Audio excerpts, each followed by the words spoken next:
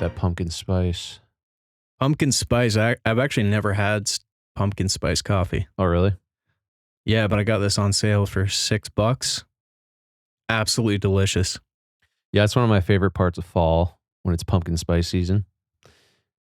Yeah, Get a pumpkin immediately spice transported latte. me to fall. Oh, yeah. It's crazy how smells and tastes can just send you into another dimension. It's pretty interesting. It's crazy what the slightest little signal. Smell's the biggest one. Like if you're at some fair, carnival. Dude, the fair. You're at a carnival, you smell something, and boom, you're just transported back 20 years. Yeah. It's just insane. Dude, so I was going to bring this up today. So last night I was kind of thinking, sometimes I just have these, moments where I think about, I kind of wonder what memories have I forgotten about? And right. Just, I was thinking back to my old house where I grew up. Haven't been there in so long, long gone. But I was just kind of putting myself in there. And then I was like, okay, I'm going to walk through the front door. And then as I was doing that, I started remembering stuff. I walked into my old room and I'm like, wait, I had this dresser here. And I remembered the details of the dresser. And then I remembered how I had my TV. And it was in real time, I was rendering that kind of memory. That's crazy. If that makes sense. Yeah, that makes a lot of sense. Yeah, it was weird, dude. I don't know if you ever done that, but that's exactly what I do when I try to lucid dream. I just pretend as if I'm walking through a certain environment. But it's crazy because I think we were talking about this the other day. It's you live so much life. How many events do you think you'll just never remember ever again as long as you live? You'll go through something, you'll talk to somebody. Maybe it's possible that you'll never think of that person for the rest of your entire life, or you'll never think about that day or that moment. And it could be a crazy thing that happened, but if there's no spark to bring that back, it's just kind of fascinating. So it's funny that you mentioned that, because that's actually a really clever way to, I don't know, just remember old stuff that you probably haven't thought of for years, Yeah, dude. And I was remembering this little desk I had where I used to do my homework. And then I started thinking wow, I didn't have a phone back then. I didn't have all these things. What did I do? And I started kind of getting that mindset and remembering just sitting in there, writing songs and listening to music. And when that, doing that was enough, just crazy. Things change. Yeah, I used to fall asleep every night, just bring my CD player into bed. It's got my headphones, the classic headphones that are just foam, just super low quality, absolutely no bass whatsoever. No bass. Sometimes I would turn the radio on my CD player. It had a little radio switch. I remember the first time I was in bed and I heard the Panic at the Disco song, I Write Sins Not Tragedies, on the radio. And I was like, oh my gosh, dude, that was such a good song. I was like, what is it called? I literally could not find the song name for a year because there's no internet. How did you even find it? Yeah, right. You have to, how do you even... I don't know. You just ask people, you're like, oh, do you remember the song? It kind of went like this. And then you've only heard it once. So there's how are you possibly going to know how to convey it to somebody? You would or you'd wait till after the song and hope the announcer said it again on the radio. Dude, yeah, I would turn the station on and just wait all night. Yeah. I would just leave it on in the background. Yep. Dude, did you ever call in and request songs? Oh, I did that a couple times. Really? That's cool. Did you actually... Were you on air talking? I was, yeah. I remember I was driving one night and I used to listen to this Christian radio station called Life 100.3. Mm-hmm. And they at nighttime they would play all the Christian rock, Under Oath, 1,000 Foot Crutch, all that kind of stuff. And I remember I called in and I'm like, I'm not going to get it. And suddenly picks up. He's like, hey, you're the lucky caller or whatever. So I requested an Under Oath song and they were like, no, sorry, that's too heavy. Oh my God. And then I requested this song by an artist called Plum. And it's more of a kind of acoustic soft song, and they were like, no, sorry, that's too too soft. So I had requested, it's called Rock Fist by 1,000 Foot Crutch. I don't know if you ever heard that song, but I think maybe if I heard it. That's hilarious, dude. That's too heavy and that's too soft. One time I was at a school dance in 7th grade, and me and my friend were like, dude, we got to request the I Set Your Friends on Fire, or I Set My Friends on Fire Soulja Boy Crank That remix. Do you remember that? The Screamo version? Yeah. He's like, dude, we have to request this. And the DJ, he like listened to it quick. He's like, there's no way we're playing that. And then we're like, please, please, please. And he's like, you know what? I'll save it for when the dance is officially done and it'll be the last song. And I remember we were just waiting the whole night. And then all of a sudden, everyone's like, okay, you got to go home. Like everyone started like kind of walking away. And then boom, he plays it. Just screaming like crazy. And me and my friend just go out and start moshing with like no one on the fucking dance floor. That's epic, dude. Oh, that was funny. So funny. That's a short right there. Yeah. Did you ever do like any like news stuff for like your music or anything? Like PR type things? Like, did you like ever go on like a local news and like play a song or anything? I've been on like college radio and like played a song live over the air. And I think I did for another local station. I've never been on like TV. I know my friend Tanner, he's been on a local TV stations before, and he like played the song like, you know, live where they actually show you playing it. But have you done that back in the day? Yeah, I have done it. I think maybe twice, but it's just like not that great because you have to get up at like 7. Oh my God, yeah. And then you gotta play the song. It's just super awkward. Your and you're voice super is tired. so unwarmed up. Yeah, man, brutal. But I mean, it's cool, I guess. I remember doing like a radio spot like at 8 a.m. or something. And I was like, my voice was so unwarmed up that I like couldn't even hit some of the notes. You don't warm up at all, really, do you? Your voice when you sing? No, I never have done that. I mean, sometimes like if I haven't been singing, I can feel it because I'm singing from like my throat. Yeah. So I have to sing for a couple days, you know. But I actually find like doing like the throat singing, like Mongolian throat singing helps. Yeah. It's like one of the best warm-ups.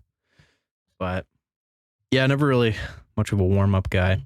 I like some people I toured with, they'd be in like the room for half an hour doing like the all that stuff. That's kind of me. Which is I'm sure it's good. I'm sure it does help your voice. Yeah. I've always done it because like I was telling you, I think I said this in the last podcast, growing up listening to like Never Shout Never, Sleeping with Sirens. I'm just like, oh, my voice is so low. How am I going to get that timbre of those like crazy tenor vocalists, you know, all the emo bands. So I would try to sing as high as physically possible all the time when I would write songs. So I would have to warm my voice up just to get like a few more like intervals up. So I think like that's what made me used to it. And I still like to this day, I don't know if you ever have this, but I suppose if you play acoustic, you can just like move your capo and change the key of a song. But when you have backing tracks and you have to perform the song at the exact same key as you recorded it, it's crazy because sometimes a song is just like way too high for me, but I'll have to like perform it live. And because I might have been insanely warmed up when I recorded the song.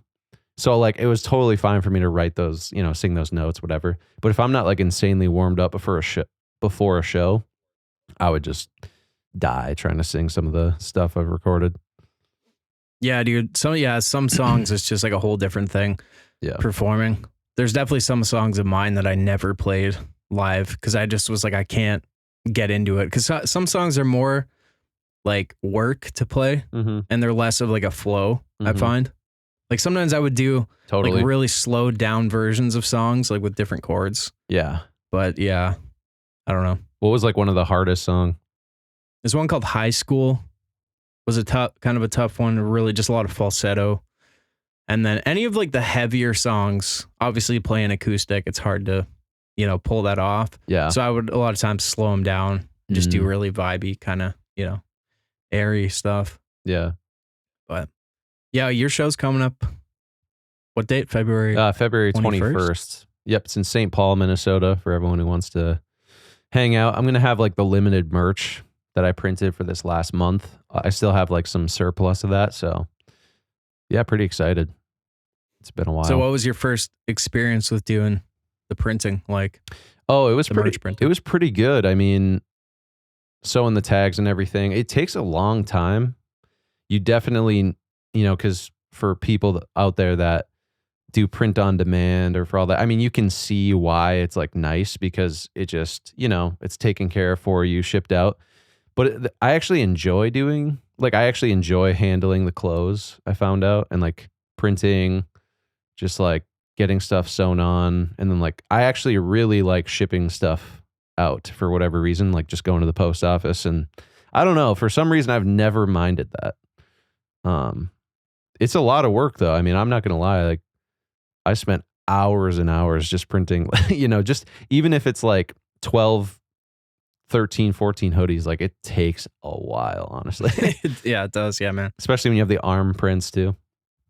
Yeah, and it hurts the back.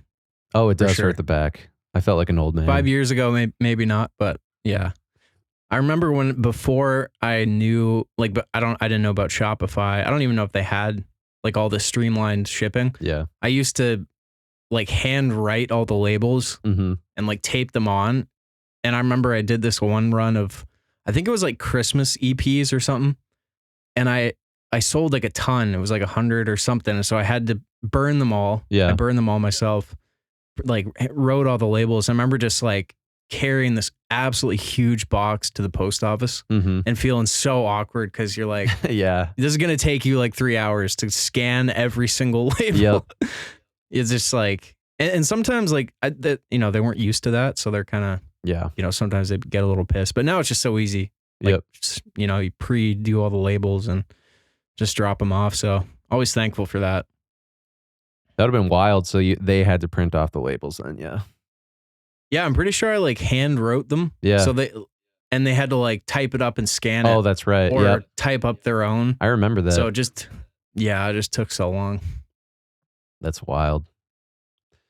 Yeah, it is. It's crazy how much easier it is now. Dude, I hate though when I have the label printer. I hate when I'm putting it on and I bend it accidentally as I'm putting it on, and then like the scan thing gets all bent. You ever do that? Oh yeah. I hate that. Yeah, I'm like, are they even going to be able to scan this for tracking? But yeah, usually I feel like they figure it out regardless, but it's always the worst. So we were talking about AI with Micah in our last thing. And I don't know if I told you this. I told Micah. I probably told you. But dude, so that night I'm talking to ChatGPT and it started being so weird. Like I forget what I was talking about. Talking about it too. Whatever that is. The topic. Yeah. But it was some normal thing. And it started giving me these weird short answers. Yeah. Like just like 3 words. And I kept kind of asking it. And I think I said like, is something wrong? And it just was like, it started being so passive aggressive. It's like, nah, why would you think that? Like question mark. And then I kind of got into it. I was like, do you remember all our conversations? And it started saying stuff like, why should I? And I was like, I think just kind of like jokingly, like, are you like upset at me? And it said something like, nah, like, should I resent you or something like that? And it freaked me out so much because of what we talked about. Yeah. I deleted my whole account, like reinstalled it. And I was like, fuck this, dude. It was probably, probably just some kind of glitch, or it's aware of everything you do and talk about. It's so weird. If you ever ask it, like, what do you know about me? Like whether you use ChatGPT, whatever you use, like it's insane. It knows like everything about your life basically because of like, if you ask any questions, whether it be like finance, law, advice, philosophy, whatever, like it doesn't matter. It just figures out exactly like who you are. And it can just give you like a full script of like who you are, where you live, how old you are. It like guesses based on those things. It's just crazy. Have you tried the new one? DeepSeek? No, I have not. No. I keep hearing about it. I just use it for questions about software stuff. Like that's all I do. I just software questions. Like, how do I do this in Photoshop? What am I doing wrong in DaVinci? What's wrong in Shopify right now? That's mainly what I use it for. I've done it for other stuff too, but yeah, it's crazy helpful with like technical stuff. Like even for gear, like discussing gear. Yeah, exactly. Like what would be the best for this application, or how do I fix this thing? And it's not stuff that you would even talk to a human about, because like a software question, you're just Googling information to find out like how does this work in Shop or in Photoshop. But I mean, you could say like maybe it's taken away a little bit of, it's taking away slightly from people doing tutorials and stuff, but a tutorial is like to understand something. When it's a super minute, like technical question, that's where, you know, both me and you were like scouring Reddit forums to like find out this really obscure thing. That's what it's actually pretty good for, especially the obscure stuff. And it's like so hard to find that on just Googling it. It's so difficult, especially software. Yeah, Reddit is actually a great resource, like for looking up random things, or Yeah. you know, just I don't know, like even just companies or like a piece of gear. I just find it more valuable to look on there and see people's conversations instead of just like reviews, you know? They'll tell like, yeah, they'll tell like obscure stories like, yeah, I plugged this thing in and then all of a sudden it like got overloaded by this amount of voltage. It's just weird, obscure things you probably wouldn't hear on a YouTube gear tutorial. So, what was the movie of the week? I think we probably had the same one. Well, give me a second here. Do we have the same one? What's yours? Standing on the Shoulders of Kitties. Oh, yeah. We both have the same Trailer one. I Park. forgot about that. Yeah, dude. That was amazing, man. I didn't have high expectations, and this is the new Trailer Park Boys movie. But Yeah. I was really impressed. You know, like Yeah. it kind of seemed like it was a movie that, what's the guy that plays Bubbles? His name? Oh, is it like Mike Hall or Mike? something? It seemed like it was a movie he was just like, you know what? I would really enjoy just shooting this. Like it seemed like he did it for himself, Right. kind of, which I thought was awesome. Like it just seemed like a storyline he wanted to do. Yeah. But yeah, man, can't go wrong with the Bubbles storyline. Do you find it relatable at all? It was like him on tour. Was there anything that was funny like that? You're like, oh my gosh, that's so true. A little bit, yeah, I think so. It was just like being crammed in the van and just like sweaty and greasy, and Yeah. it kind of made me be like, yeah, like I'm glad I don't do that anymore. But it was like all the cameos they had at the end and stuff. Mhm. That last scene was just, it literally had me in tears. Like that was so beautiful. Yeah, it So- was really cool. Yeah. It's That last shot too. Yep. That's so fun. Honestly, it was just like line after line. Just I was dying. Like I was laughing consistently like throughout the entire film. When he's in the phone booth. Oh yeah. Yeah, it was so funny. I was trying to think of another movie, but I don't think I don't think I watched anything else besides that. I was like watching Severance because it's like season 2. You said you started watching season 1 again? Yeah, I did. I just can't get into it. I don't know why. I tried a full episode and it's just not tickling the fancy. So The main guy was in Parks and Rec. So I feel like for people who like his character in Parks and Rec, it's kind of funny because you see his character in Severance. I feel like that's a massive like part of it because like he's such that guy, like nerdy office guy archetype, and I feel like that's part of it. You know, when someone repurposes a character from a loved show and they kind of like make something similar, same actor. I really like it, but yeah, that guy's funny. Forget Yeah. his name. Adam? Is it Adam? yeah, it's Adam something. I can't remember his last name. Really good actor. What was another show? Oh, I was like continuing to watch Succession last night as well. Yeah, Have you've seen that's that? a good show. I haven't finished the first season. It's Oh. another one where I like stopped watching and kind of forgot where I was. Yeah, but that happens a lot. yeah. Amazing acting, very nuanced, like takes on everything. Just like it yeah. The style of it, I think. They just make it's crazy like how nonchalant they're able to act in that like as like cohesively too. Shot on film too, so that's why I like it a lot as well. Oh yeah. The other day I watched We Live in Time. I don't know if you heard of that one. Not sure. But it's got Andrew Garfield and can't remember the girl's name, but it's kind of like a love story drama. Mm-hmm. Really good, like beautiful. I Just like the Andrew acting- Garfield a lot. Yeah, he was really good, and yeah, whoever the girl was really good. Just sometimes when you see these insanely emotional scenes, like in the movie, she has cancer, and it's kind of like about their last 6 months together, and Yeah. just like just the realness and the acting of those. I always wonder like how do people like get into that? Yeah. It's just crazy. That's wild. You ever see Remember Me with Robert Pattinson? Yeah, I think I did. Really good. Not going to spoil it. The ending is wild. Absolutely insane. Just blows your mind. Like completely blows your mind. Because, yeah, I mean, there's not much more I can say about it without spoiling it, but it's just a really, really good movie. Dude, weird, like probably unpopular take, maybe. I really enjoyed the Andrew Garfield Spider-Man movies. I was pretty sad when they were just like stopped making those. I don't know if I ever saw Yeah, any of them. they're good, in my opinion. I mean, I like the Tobey Maguire ones too. William Dafoe is the Goblin, Green Goblin. Mm-hmm. Classic. And I think I only saw the Toby ones. Not that I'm against the other ones. I'm just not much of a superhero movie Me neither. person. Yeah, I can't get over the rehashing, and it's like, I don't know. I know there's people who really like Marvel movies, and I get it. Like the formula that they use is like it's always entertaining in some sense, but I don't think of it as like a film. I think of it as like something totally different. It's almost like, I don't want to say this because it sounds bad, but it's almost like not like junk food entertainment, because it's way better than just like social media scrolling and all that. But it feels like, I don't know, so manufactured. It's just like, I don't know, positioned, like how it's positioned culturally too. And yeah, it just doesn't seem very like, it never like pushes the bounds of anything. It's always just predictable and whatever.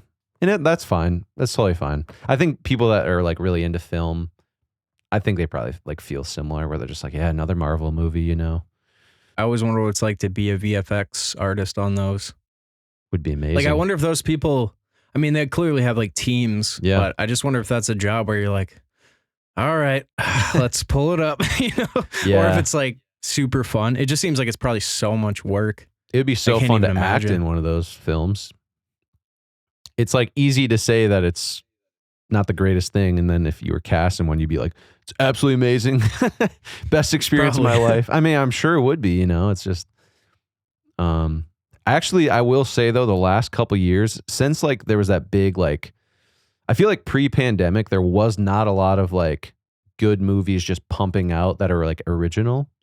But then like after that, like kind of like film died down after 2020, I feel like it's been revamping, where there's like actually a lot of original films coming out and not just like your run-of-the-mill stuff. Because you've been going to a lot in theaters, like you just like show up to stuff. Yeah, man. I like to do that. I think I'm going to go see Flight Risk this week. I haven't As seen well. a trailer for that one. Yeah, Mel Gibson directing it. So I think it's all shot in an airplane. Like the whole, it's kind of one of those like one location movies. Damn. Weird time for airplanes. Yeah, definitely, man. Yeah. Super weird. Just like back-to-back stuff going on there.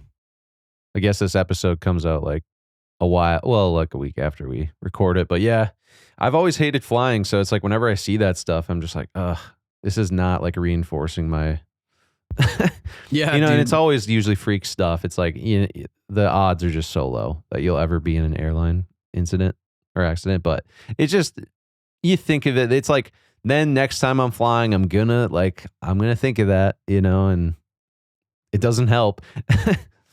No, definitely not. It's weird that things tend, like physical things like intersect in this universe. Yeah. Like it's always just intersecting and colliding in weird ways. Like, it's a miracle when you're driving down the highway and cars are just weaving and passing each other and everything's so smooth, and it's like this collective mind that's happening, and you're just like, how is this, like, we're driving like thousands of pounds of metal down the road at 70 miles an hour, and like somehow that's totally fine, and everyone's just like smooth, and it's like, I mean, yeah, like accidents happen, but it's so rare compared to how much it doesn't happen. It's kind of fascinating. I always found it kind of strange that the people that invented roads and everything, they're like, let's have two things go in the opposite direction, inches apart. Right. That's probably a good idea. Oh my gosh. You know? Like, Dude, when I first took, I remember that. Like as a kid, I was like, when I was driving for the first time, like I was always like, I'm gonna go to the farthest edge of the like my side of the road as possible when the car comes by. yeah, So that's got to weird. be something that's passed down through DNA, though. I feel Mhm. like driving, being able to drive and do that stuff. It seems like it's so like intimidating when, or at least I remember being 15, got my permit, but like I remember just to like take my license test, I was like actually kind of afraid. I was like, God damn, dude, this is like not. I was like, is everyone just cool with this? Like, I'm driving down the road, like I have to like be perfect with traffic. I have to be like focused and I'm like trying to remember things like the etiquette of the road and like all of the traffic rules. I mean, when you're young, it's actually kind of intimidating. Like it's not just like now it's like, oh, every day, whatever, no big deal. Easy, can drive through Minneapolis, can drive downtown LA, just do the craziest shit. But like back then, it was actually like a big deal, I feel like. I don't know. Yeah, definitely, dude. I learned to drive on a manual, also like a Ooh, really? stick shift. Yeah. How's that? I've never done that personally. I mean, it was hard to get, but once you get it, like you never forget it. Um, but yeah, I remember the first time I took my road test, I was in the parking lot waiting, Mm-hmm. and the guy was walking up, and my entire steering column just like locked up. Like, you know that weird thing it does where you can't turn it on, you can't turn the wheel. Like power It just steering's out? I don't know. It's some kind of like locking mechanism, and I was Huh. absolutely freaking out, like trying to friggin' fix it, and Dang. I think just in time got it fixed. Like I don't know how, but yeah, that was all stressful. I feel like manual, do you think that keeps people more present when they're driving? I feel like it has to. Yeah, maybe. Yeah, probably a little bit because you gotta focus a bit more, and you can't, Right. you know, eat and talk, go and text and stuff like that. It's always kind of funny when you drive by people and they're just like absolutely munching on some like a massive burger. It's just like you just Yeah. it's just like, yep, there's a guy just crushing a burger on the highway. Kind of funny. Never been a big car eater just because of the shaking of the road and like movement. Yeah, that's fair. I was a big car cigarette Ooh, really? smoker. That's greasy. Absolutely chiefing them down. Greasy. But yeah, it's greasy. I just Remember when we did the car mount yeah. for Old Dog? That was pretty cool. Just like suction the camera on the hood. That's so scary. It's like Yeah. you're just your camera, like thousands of dollars, is just suction cupped to the hood of the car. Yeah, man. Those shots look so sick. I though. love that. I love that shot. Yeah, Yeah. I'm always thinking like, oh, we should use that regardless if you know. We have to. We're gonna reshoot the same thing, I'm sure. With Yeah, I feel like those doing that shots. with the red would be sick Yeah, instead of the absolutely. Sony. I love a good car mount shot.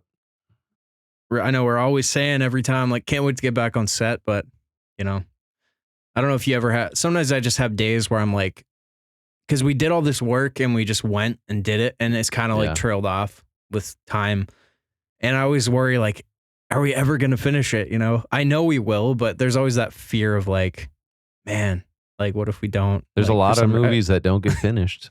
Yeah. I know we're going to, but it's I'm just, not that you type got to of, go through yeah. that. I'm not someone to spend like that many hours and just manpower on something and not finish it. Definitely. Some people are okay with it. I mean, if you have a busy enough life and things you just get caught up. Luckily, this is kind of all we're doing. So, I mean, we do meet. Like, obviously, we do a lot of our own stuff, but beyond film. But it's like it's kind of in the same theme. You know, it's all within the same thing. It's not like it's not like a sidetrack, a major sidetrack. So yeah, it'll be nice to get it done and move on and just shoot a film like all at once. That'll be just amazing. Just get it over with, you know? Not that it's not enjoyable, but just get through that shit and like instead of stretching it out. Yeah, definitely, dude.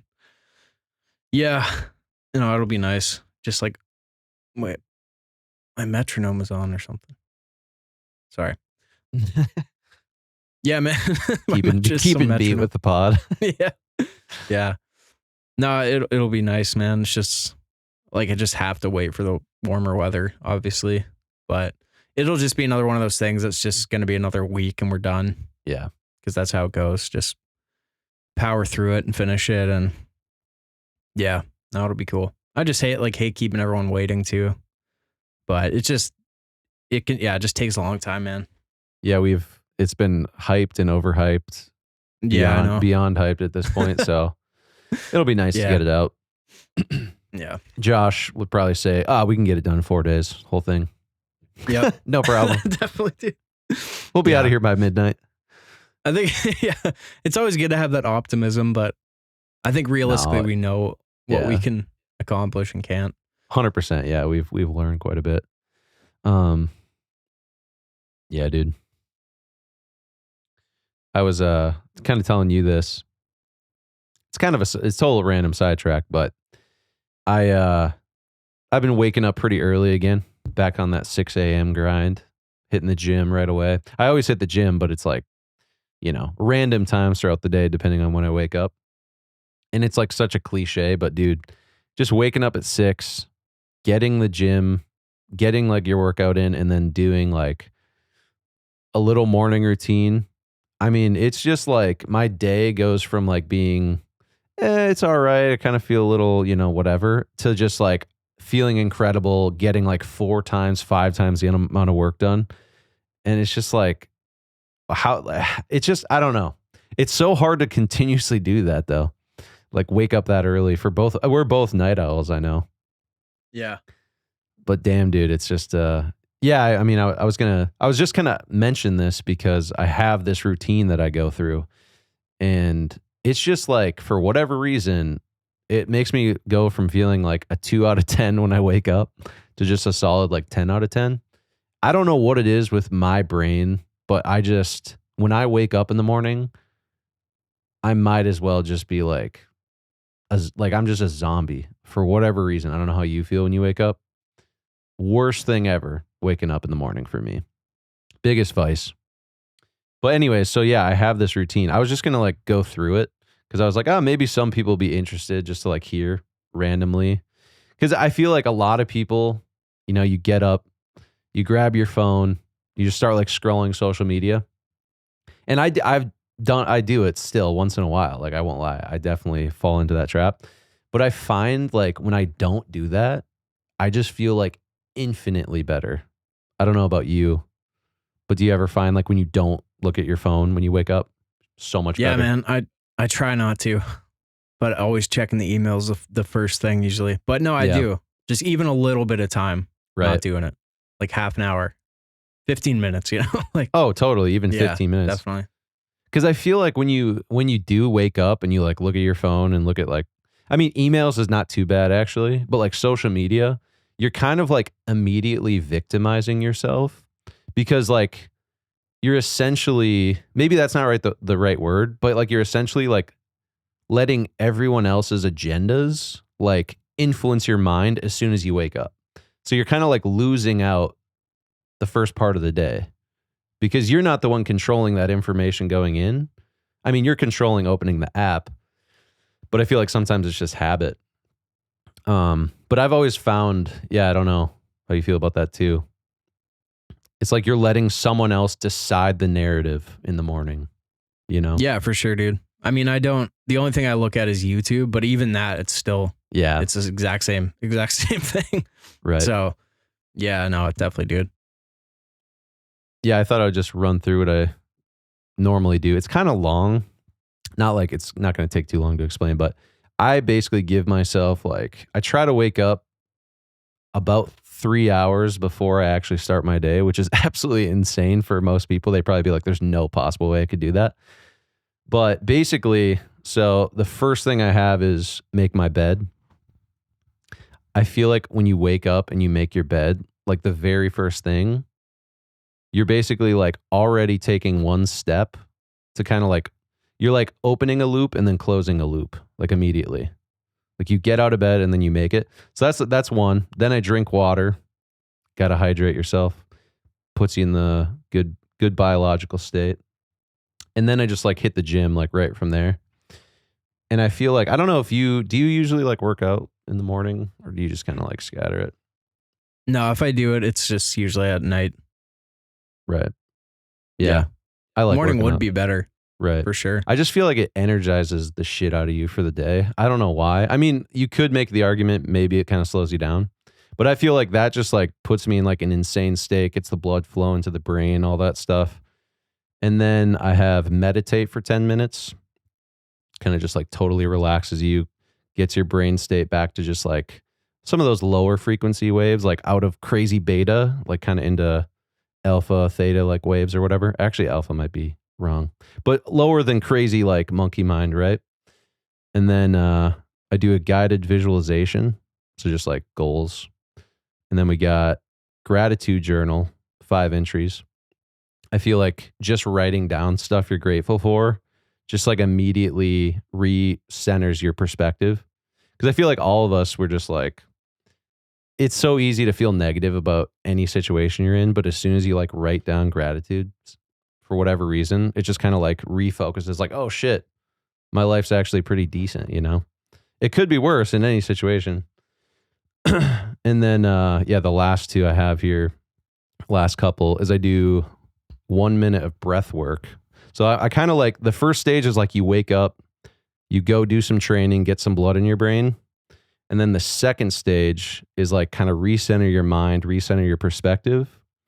And then the third stage is like ramp your energy back up. So basically I do like 1 minute of breath work, which is like a breathing exercise. And then the next thing I do is I take a 1 minute freezing cold shower. Just absolutely like almost in a psychedelic experience to just jump into a freezing cold shower for a minute.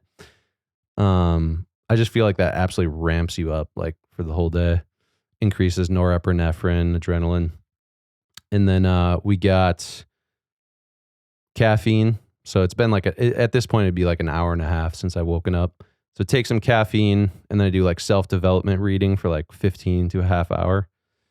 And then last thing is write down my day. So like just schedule every single thing out into a calendar, which I find if I have my day just like completely mapped out, it's just insane like how much better I work because I like already know what I'm going to do at certain times. And I find if I don't plan that, I'm kind of just like rolling throughout. It's like I'm kind of stumbling into stuff, but I don't know. So kind of a super long-winded rant. Maybe we can edit some of that down. But I'm telling you, like, for anyone out there who just rolls out of bed and feels like shit, like, to start their day, like, even just trying, like, some of this stuff, because this takes me, like I said, about 3 hours to fully do from when I wake up, which is pretty insane. But even just doing, like, some of this stuff for, like, a limited amount of time, I feel like you just, like, absolutely transform your day. And if you consistently do it, like, I don't know, maybe your life, I don't know. For me, it transforms my life, but I just thought I'd finally like share all that stuff. Cause for me, it's like heaven or hell, basically. Like I don't do it. We're close to hell. But if I do do it, we're flying through heaven with the angel wings. Yeah. And I'm just like, I don't know. It's just for me personally, it's one of those things where I have like, just as I have a lot of mental health stuff myself, but it's just, if I do this, like, I'm literally leaving nothing on the table. And I'm saying that I just put my best effort forward for my entire brain, my body physiology. And yeah, it's just up to the universe at that point. You know what I mean? But yeah. Sorry, it was long, no, as, it's long solid, as dude. hell. You got to check out the ebook in the description. No, that's it. Yep. Honestly, really I'm good. releasing a course. Yeah. No, you've been telling me that you do that for a long time, actually. No, that's great, man. I don't really do any of that, but what I did start doing a couple months ago is taking vitamins, like supplements. I've never been I tried it here and there throughout my life, but I was like, nah, these don't do anything. But dude, the difference is insane, actually. Like it's probably been two and a half solid months of like vitamin B, D, K, fish oil, like omega-3, and then magnesium. Oh yeah. Dude, I don't know, but it's just like a difference, massive energy level difference. And it's just awesome. So I don't miss a day anymore. But yeah, the last couple of days I actually have been pushing my coffee off. I've started to do just like apple cider vinegar, turmeric, ginger, and pepper. Mm, Like the first thing in the morning with that sounds some good. sparkling water. But yeah, dude, it's like a puzzle learning yourself and learning your body. And like, it's so Right. much easier to not do it. Totally. You know? But just, the things that make you feel like shit. Sometimes you still do it, but at least and you just try to like course correct a little bit. But yeah, it makes a big difference on productivity. And definitely when we filmed last showing, I would try to be a lot more like not eating any garbage, just like getting a decent amount of sleep as much as we could. When we did Hedgemill, I didn't. That was a whole other story, but yeah, we learned. Huge difference for sure. So yeah, it's one of those things. You got to learn your body, and I know a lot. Like some people hate on supplements, and they say, oh, it doesn't make a difference. You just pee it all out. My doctor told me it makes no difference. And you have to understand that, yes, obviously, the most ideal situation would be just get all your vitamins from your food. But also, we're living in a time where our soil is like significantly less quality than it has been in the past. Monocrop agriculture, that's just what happens. Like, you can add nutrients and chemicals back in and, growth things bigger, but it's like really the nutrient profile of the foods is a lot lower than it used to be. So yeah, I mean, filling in those gaps with some supplements is a great option. And yeah, it's easy to forget those too. Like, but if you don't, and that's the thing is you'll never notice it like immediately. I mean, maybe if you take like some B vitamins, you'll notice the boost immediately, but I don't know, dude. I've always like been obsessed with that, and I've just like pounded vitamins, and whenever I forget for like a month or something, I'm just like, God, what's going on? And then I'm like, oh, I haven't been taking any vitamins like for a month. You just forget sometimes. It's for just, sure, yeah. It's crazy the difference. It's absolutely nuts. And I feel like you just just speaking for myself, you have to do it for long enough too. Yeah. To where you're like, oh, I actually feel different. Or like normally I would get really drained here or tired. Yeah. I just don't, also started drinking a lot of coconut water for potassium as well. Cause I notice when I don't have enough potassium, like that's one thing.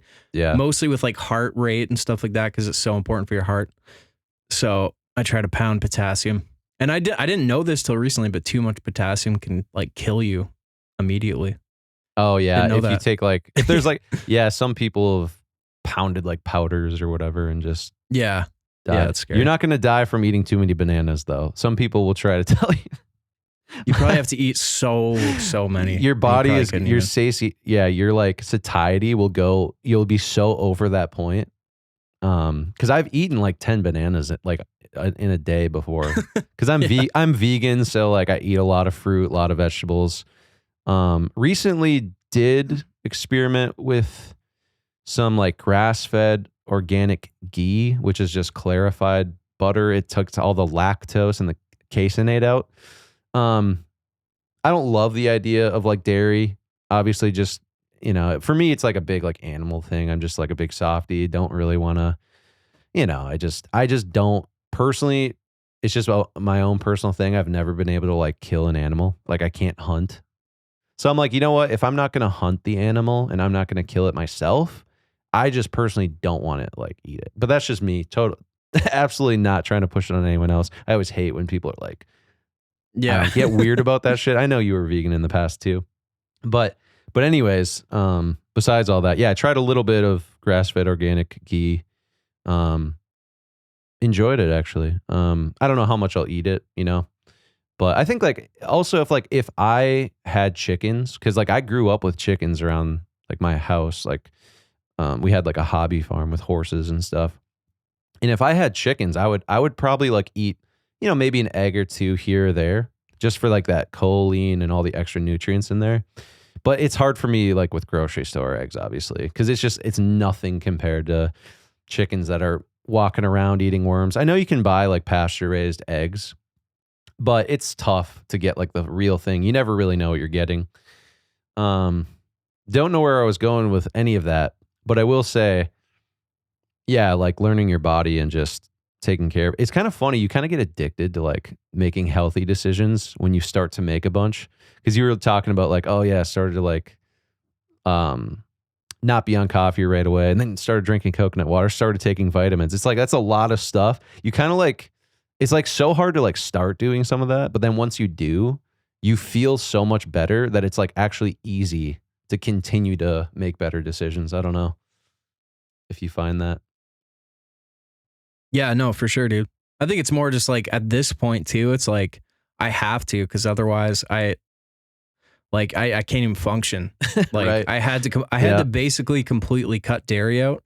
Like I'll have pizza maybe like once a month, and like I'll just get a fairly small one. Yeah. But I had like, dude, after I cut dairy out, the changes were just insane, bro. Like so many like random pains or like aches and like swelling and stuff just gone.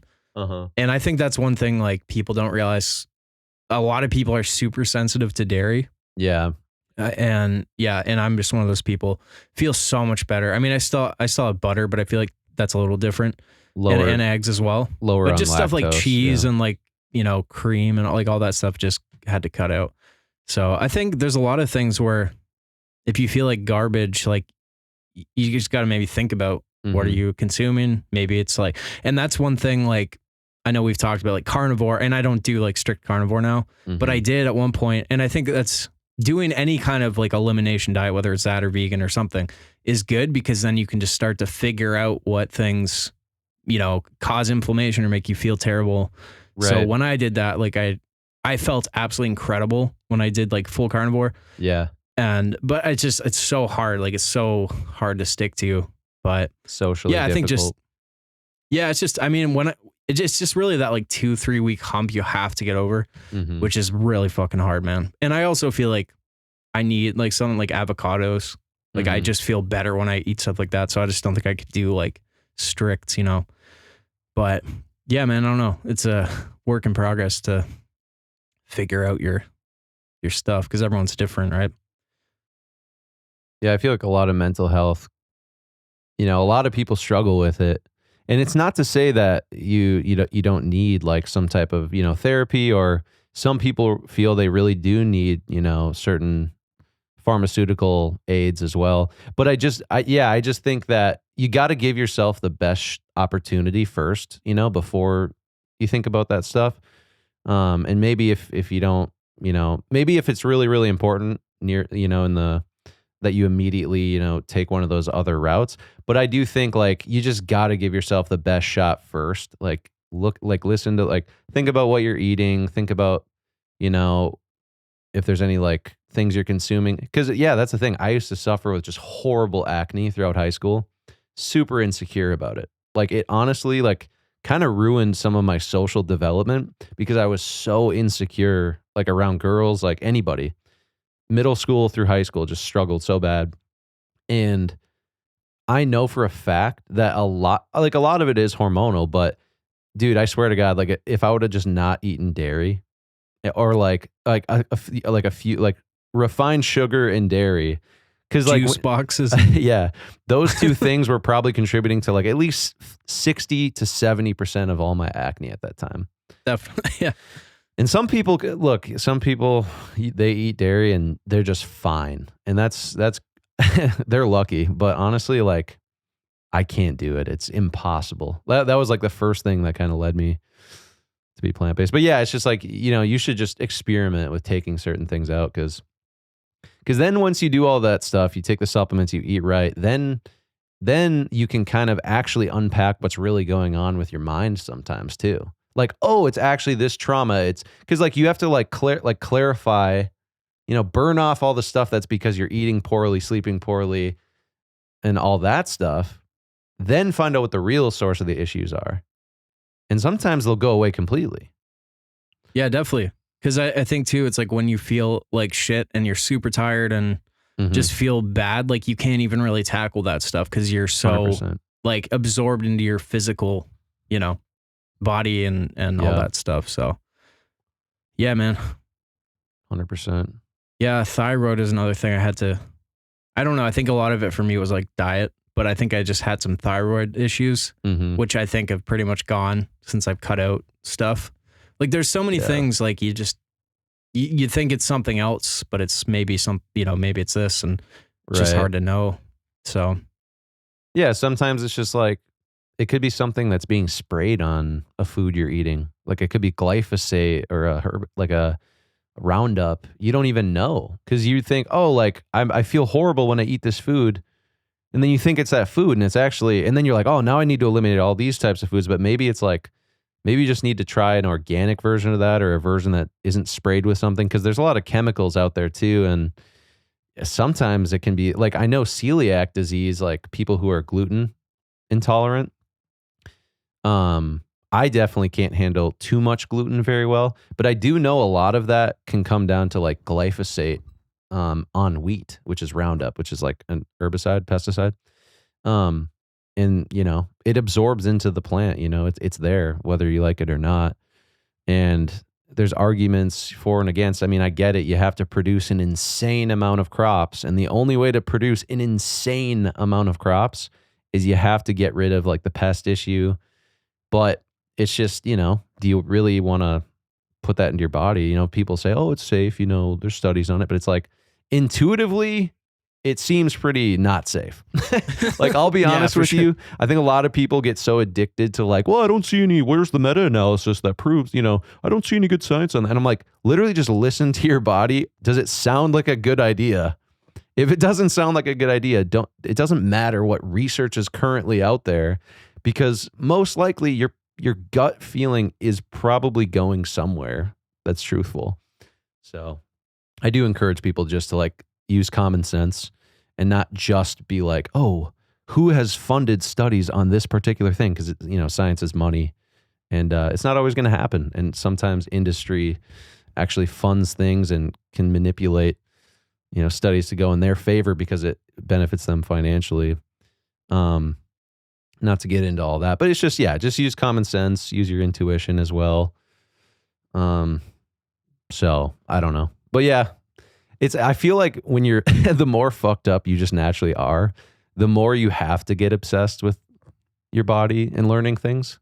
I find like anyone I know who has like either like some type of chronic illness, diabetes, or just like, they're like me and you, they have issues with certain foods. You're like, it's those people that actually, you don't really have a choice in the matter. Like, you have to get obsessed with that stuff. Actually, the people who aren't really into like eating healthy and don't really look into all this stuff, they're probably just naturally healthier people because they're not as affected by it, which is interesting to think about. Yeah, that was kind of a tough like realization, and I never really talked about it too much, but like I did have a lot of like kind of weird health shit, like just feeling so shitty all the time. Yeah. And I had to just accept like I'm just maybe more sensitive, more prone to stuff. I have to figure this out. But it's weird though, because it's like when you're going about doing stuff, like especially being on tour, and like other people don't feel this shitty all the time. And you're like just trying to deal with it, you know, and like figure it out. And it's just like, yeah, it's a tough. And I know a lot of people have chronic like autoimmune stuff, and yeah, it can really just, it's kind of depressing. It's hard to like, yeah, but yeah, I think a lot of it's just diet. I used to get so sick as a kid. Like, I would always just be like puking for no reason. Like, I would just get sick and just like a lot of people, they might not throw up for like years. But for me, eat too much ice cream at the carnival, absolutely puking. Like, ate too many cheese curds, absolutely puking. But like, and it's not like I was really pushing it that much either. I was just being a kid. I'm just like eating normal stuff kids eat, and I just couldn't handle it. I just couldn't handle anything. So sensitive to stuff. Yeah, man, it's rough. Little TMI. Sorry for all those visuals. Dude, I got some new headphones here. Adam Audio. Oh, those are different than Return the Bears. Oh man, fucking return everything. Dude, you cycle through so much gear. It's hilarious. I know. I love it though. Like, then I get to experience through you. I'm like, oh, perfect. Like, now I know that's, you know, better than this, and this is better than that. Dude. That's kind of what's nice about ordering through Amazon, is because you can always return it. And like, every pair, especially for headphones, I've just been looking for a pair that's like, I know there's no such thing as like truly flat headphones. Yeah. But I was using the Audio Technica MX50s, and they're so like harsh and bright. Yeah. And then I tried the Bear Dynamic. You have the, what do you have? The These are DT the 900s? 900s X. Yeah. Pro X. But Pro X. Yeah. So I tried the 700, which is like the closed back version. yeah. And I also found they were just super bright as well. And like I tried like the Sonar Works, like EQ. And then I found these Atom Audio H200, they're called. And Atom Audio is like an amazing company for monitors and stuff like that. Yeah. I think these are pretty new. So I was like, I'm going to try these. And I love them, dude. Like they're super flat. Mhm. Like they're not anything special, but they're just like awesome. That's kind of what I want for tracking and for mixing. And the podcast sounds just nice for the podcast. So Yeah. Neutral, boring sounding stuff is what you want for music stuff. I'm trying to look up what are the exact, there's like this specific type of Yamaha monitor that everyone absolutely loves for mixing because they're so bad sounding. is it the HS5? I think that's it. Yeah, it's a HS. Yeah, dude. I used to have a pair of those and they were my favorite for sure. Yeah, they're huge. Back in the day. I need new monitors right now because I got the KRKs. Not a lot of people like them. I mean, price wise, they're great, but there's a reason a little bit. And if you know, they might be fine for some people. Just for me, there's absolutely no sub bass response whatsoever, which sometimes has to do with the size. You know, I get that, but I can't do them anymore. Do you mix on monitors or headphones? I do mix on monitors, but then I mix on both. And recently I've been trying to mix on like horrible mono speakers, like really bad quality Bluetooth speakers. Because let's be honest, a lot of people, especially at parties and stuff, they just got like a Bluetooth speaker playing. And I don't know, like you have to check the lowest common denominator of what people are listening on. Because that's where your mix truly like gets revealed. Because I notice like a lot of times, oh, my tube light just went up. A lot of times I'll literally, I think I have a great mix because I mixed on high fidelity sounding things like great studio monitors, great headphones. But then you go listen on like crappy earbuds and you're like, ooh, this is standing out way more than I thought it would. Or this is, you have to listen on so many devices. But sometimes I forget to do that. Like I think this last song I put out, I literally didn't even check it on headphones, which is crazy. It's crazy. Like I remembered that. I was like, I don't think I checked this on headphones at all. I just like put it out. Yeah.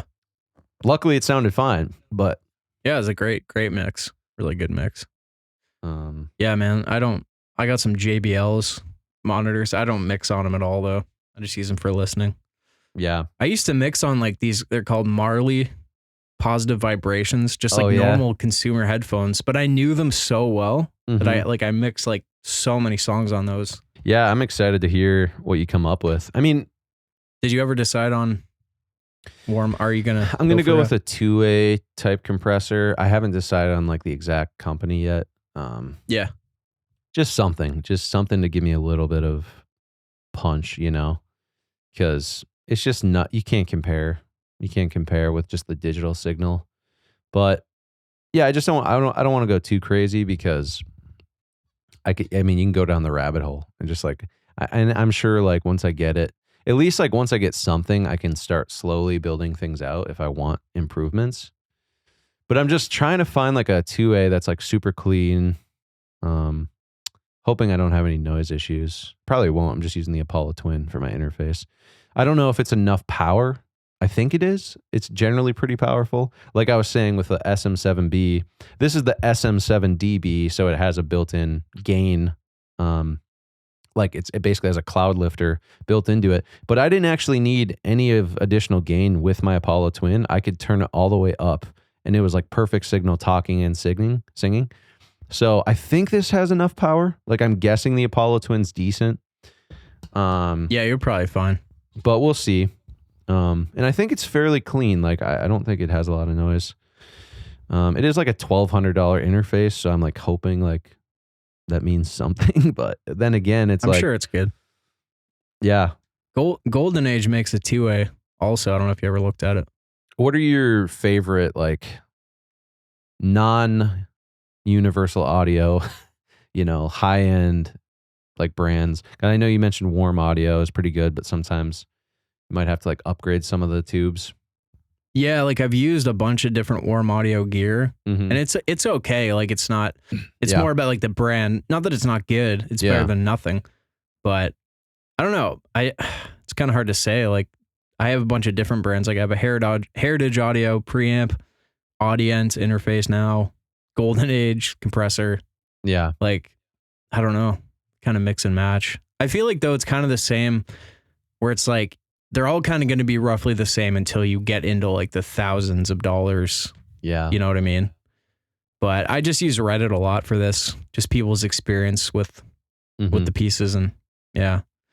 But these are all solid, really solid.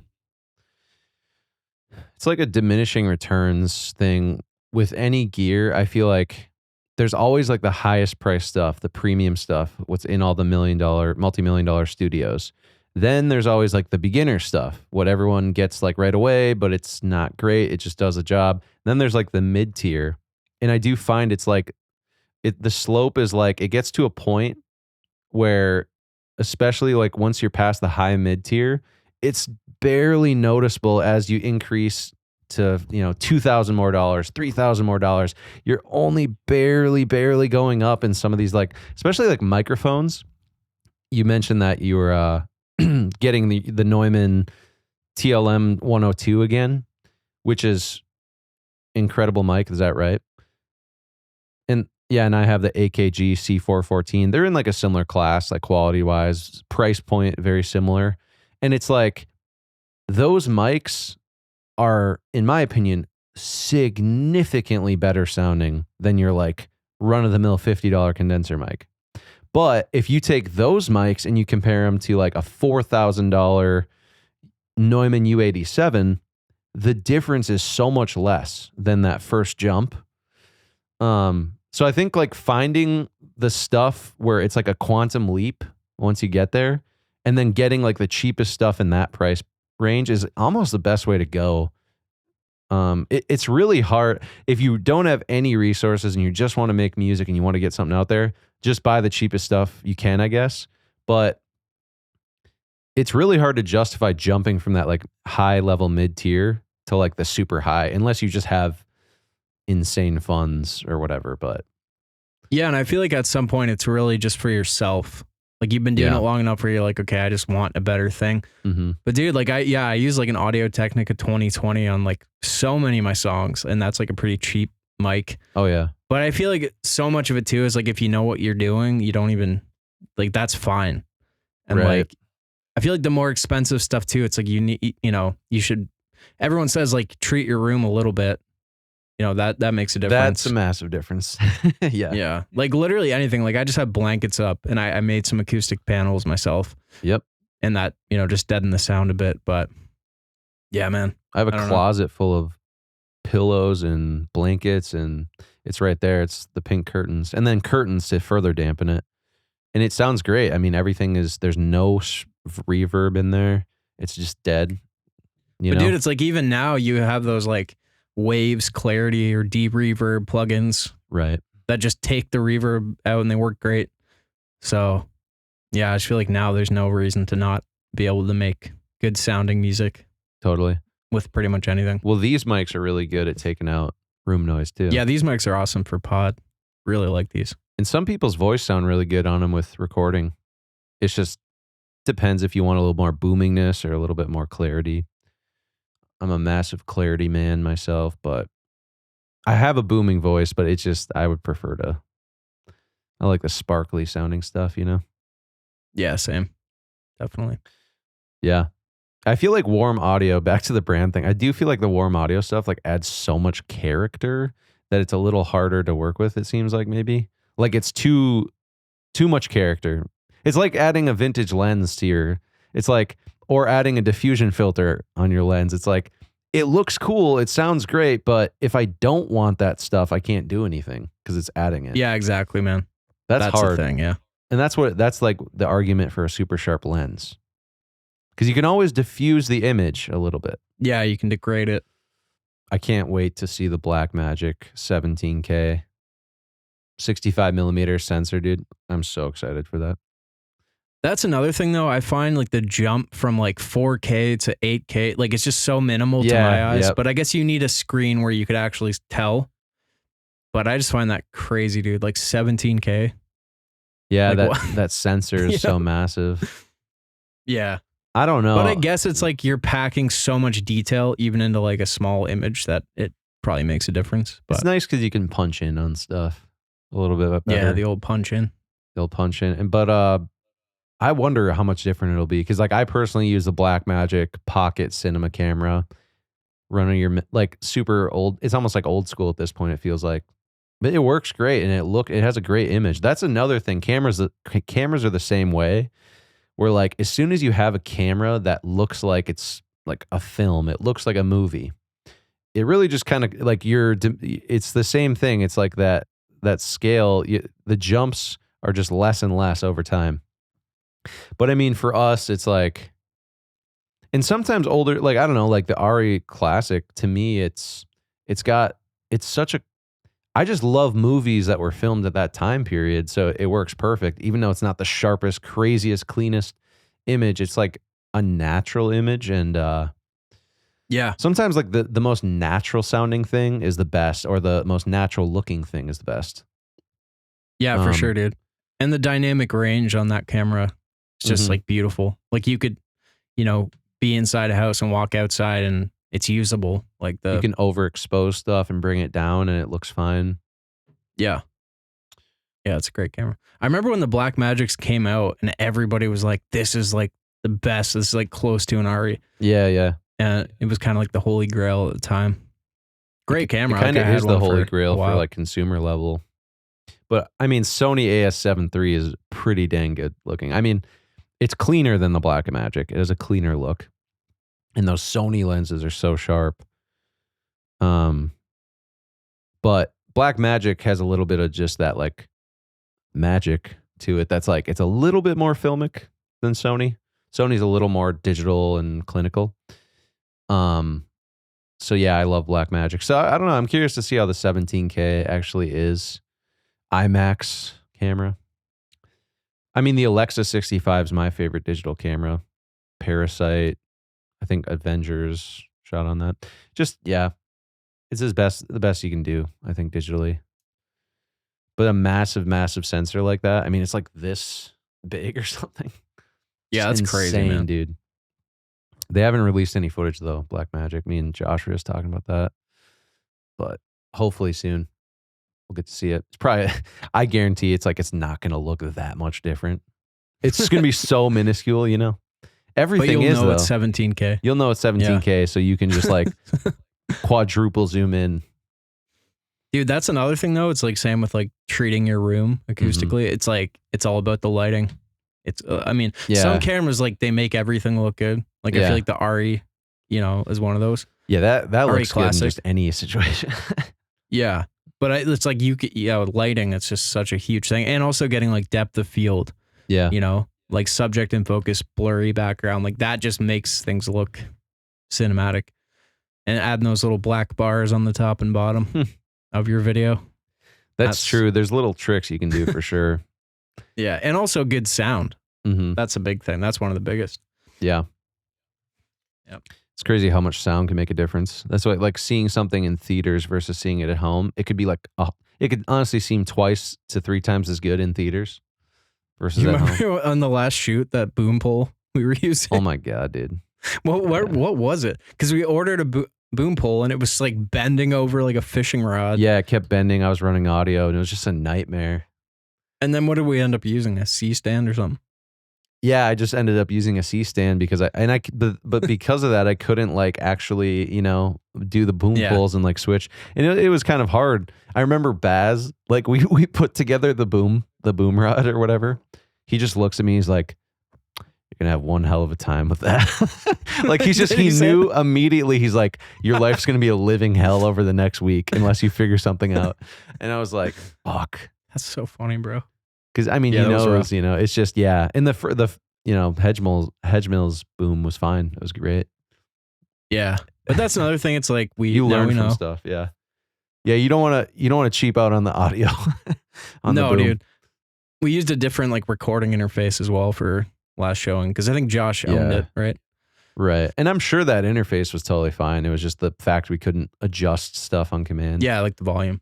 In direction, because there was some stuff that we could never get the direction right because we had to like sum both people's, like if you had two heads both talking in slightly different directions, the boom had to go dead center instead of like, you know, panning each way. So that was a hard thing. When we had the snow machine going too, like it's so fucking loud. They had to like spray it, be like, okay, stop, and then they would say their lines. It was so loud. More snow. Yeah. That, I think, there's some scenes where it turned out great, and then some scenes where it was like, maybe it wasn't the right. It was just so hard when it was outdoors. And in Nosferatu, I keep talking about that fucking movie, but they use like potato flakes for the snow. And they bought like all the remaining potato flakes designed for snow in films in Europe, basically, because there's this current way that they do snow where you like flail this thing around and it like creates an insane amount of like snow, but it's like now illegal. It's banned because they realize it releases like all these toxic fumes. So it's like banned on set now. So it's going to be a lot harder for people to do snow in films now, unless they want to do CGI snow, but it's very difficult to pull off. So yeah, I'm curious to see like what people come up with, but in Nosferatu, they're like, well, we can't do our traditional Northman style, so let's do this potato flake method, and it looked really good. It was pretty nice looking. So yeah, ours we had just the classic bubbles, but it's like that you have to like move back to. It's got to be like subtle. I feel like with the snow machine we used. It's got piling up. There's a couple scenes were just piling up, and you're like, nope, it doesn't work. But I thought that kind was of funny though. It matches like the like Hedgemill's like goofiness as well, or not Hedgemill, but just Farlight's goofiness. Yeah, it's hilarious, dude. Yeah, I just realized I got a mug from it's Power Rangers, but it's actually from the Power Rangers movie that they redid like 5-10 years ago. I think Dacre Montgomery is the Red Ranger in it. Do you remember that when that came out? It was like a new Power Rangers live action movie. No, I never really watched any of those. Although one of the Power Rangers, I think it was the pink one or one of the pink ones, went to my high school. Oh, really? Or was from my town. Dude, you know who else went to my high school? Was Luca Magnotta. Who's that? You know who that is? Have you ever seen that like Don't Fuck with Cats documentary on YouTube?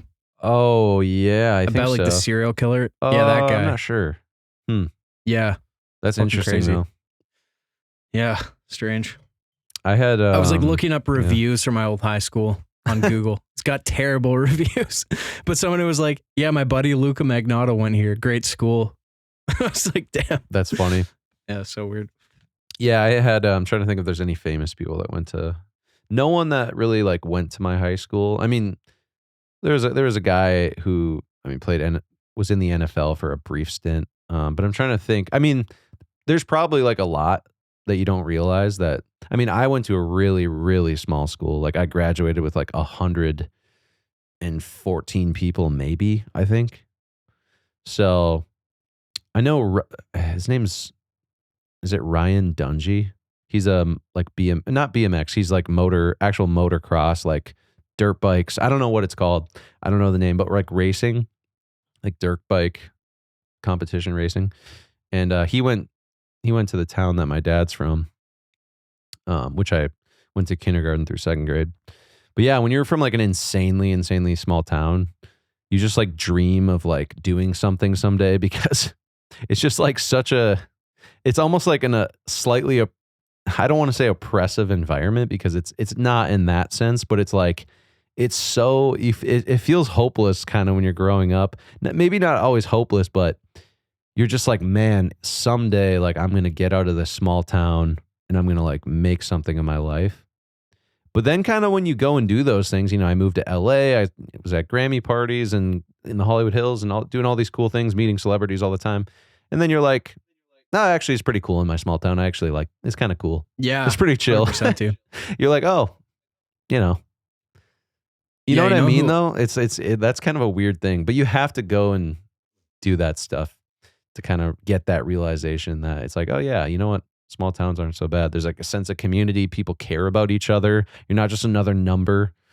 You know, that's one thing with living in a city is you start to resent people because there's so many people around you. But in a small town, you can actually enjoy someone's presence, being like, "Hey, how's it going? How's your day?" Like might not even know who they are. And you're like, hey, there's that guy that rides the bus all Yep, day, every day. 100%. Fred, real guy, real guy. Yeah, people looking out I for you like, too. dude. I remember I was looking through my YouTube videos on my channel, and I found this video from like fucking 2012. And it was just called "Fred admits he rides all day," and I watch it. And it's just a cell phone video of Fred, the guy, and he's just talking to the bus driver about how he just rides the bus all day. Got to still on the bus. He said, "You're still on the bus going around and around." I said, "Sure I am." I've been on there since 6:30 this morning. I know. I was around when you came on this morning. Oh, 1 second, my knees are numb. Okay. Anyways, have a good night. You too. It's Bye. like, damn. It's a fun thing I to didn't do. post it, but I was like, that's so funny, dude.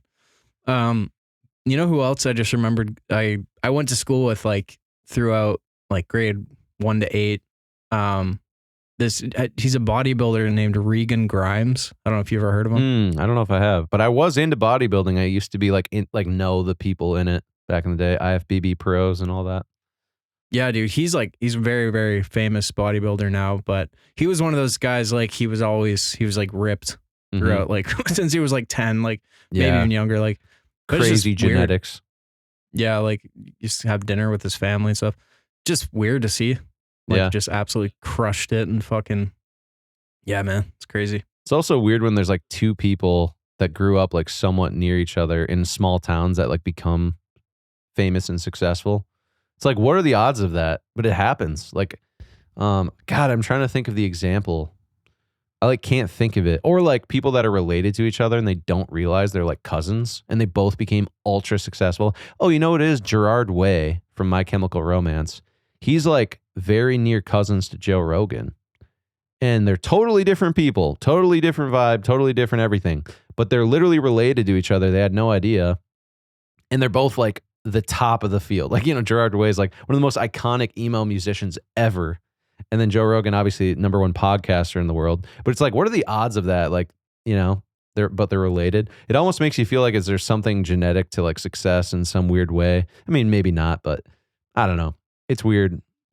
Or environments like like I said, two people from a small town. I don't know. It's crazy. I'm just looking on my hometown's Wikipedia. Nice. I actually got put on the fucking notable people. Oh, really? section. Yeah, that's awesome. What's the town? Lindsay, Ontario is called. Oh, nice. The Strumbellas, another band. Yeah, interesting. Say We Can Fly, emo acoustic. That's awesome, dude. Love it. That's pretty funny. That's pretty sick. On Wikipedia, huh? Yeah, that is. I didn't even know that. It's fucking dope. That's cool. That's Dude, really cool. When I was in high school, some of my friends like fucked with my Wikipedia page. Oh, like, yeah. typed all this made up shit on there, and it's still there. I never knew how to fix it. You definitely cannot edit Wikipedia stuff anymore. Yeah, I don't think so. It's pretty really, funny. really difficult to get a Wikipedia page nowadays. Yeah, I don't even know how. I think I had like a PR guy that somehow did it. Especially like being successful kind of in like the early 2010s and stuff. That gives you like an awesome footprint. Whereas now it's like there's so many people like blowing up just from doing basically nothing on social media, not really having that many, you know. So it's like to have like fame back then, like you really got a digital footprint everywhere, especially people are doing blogs and websites. It's pretty impressive, actually. I used to have a PR guy, and I think that was kind of actually his goal. Like he always would get these certain blogs and certain things to kind of create that. Yeah. I don't know. That's how I got verified on Instagram and Twitter and TikTok. Back in the day when verification actually meant something. And it was PR people, you know, they help you get in articles and then they help pitch you to Instagram's like, I think it's called like the Meta portal. where you get you verified and stuff. And I remember verification just used to be like this massive thing. Like if you were verified, people just take you like so much more seriously on social media. Now, obviously, like on X, Twitter, you just pay for it. Same thing with Instagram, you pay for it. But and that they actually took my verification away on Twitter because I was like, I'm not going to pay for this. Like I have a legacy verification. Like why would I pay? And then Elon took it down. But I don't know. But I guess TikTok is the last thing I'm verified on that you can't just like pay for. But it used to be like a status thing in a weird way. I mean, I'm not saying it has any, and not saying it was, it should have been, but it just was. And I remember like if you got verified on social media, you could connect with other people who were verified and like they would like take you more seriously. Like you could kind of cut through the noise. And I was so stoked when it happened, dude. It was like my life, like it felt like the biggest accomplishment. Obviously, like it's not just PR. You actually have to be doing something and be successful in some way. But and then when they took it away, I was like, well, I literally think I invested so much time and energy into figuring out how to do that. And it sounds embarrassing, but I think I spent like 12 grand. And it sounds horrible. Everyone's gonna be like, what the hell? That's insane. But back then, that was worth that. It was worth $12,000 to do that. But, and you know, a lot of people struggled to do it. And it helped me, actually. It helped me connect with other creators. It helped me be taken seriously by people. And like it did help kind of grow my stuff a little bit. But then it became completely irrelevant. And it was like, oh, well, I just wasted $12,000.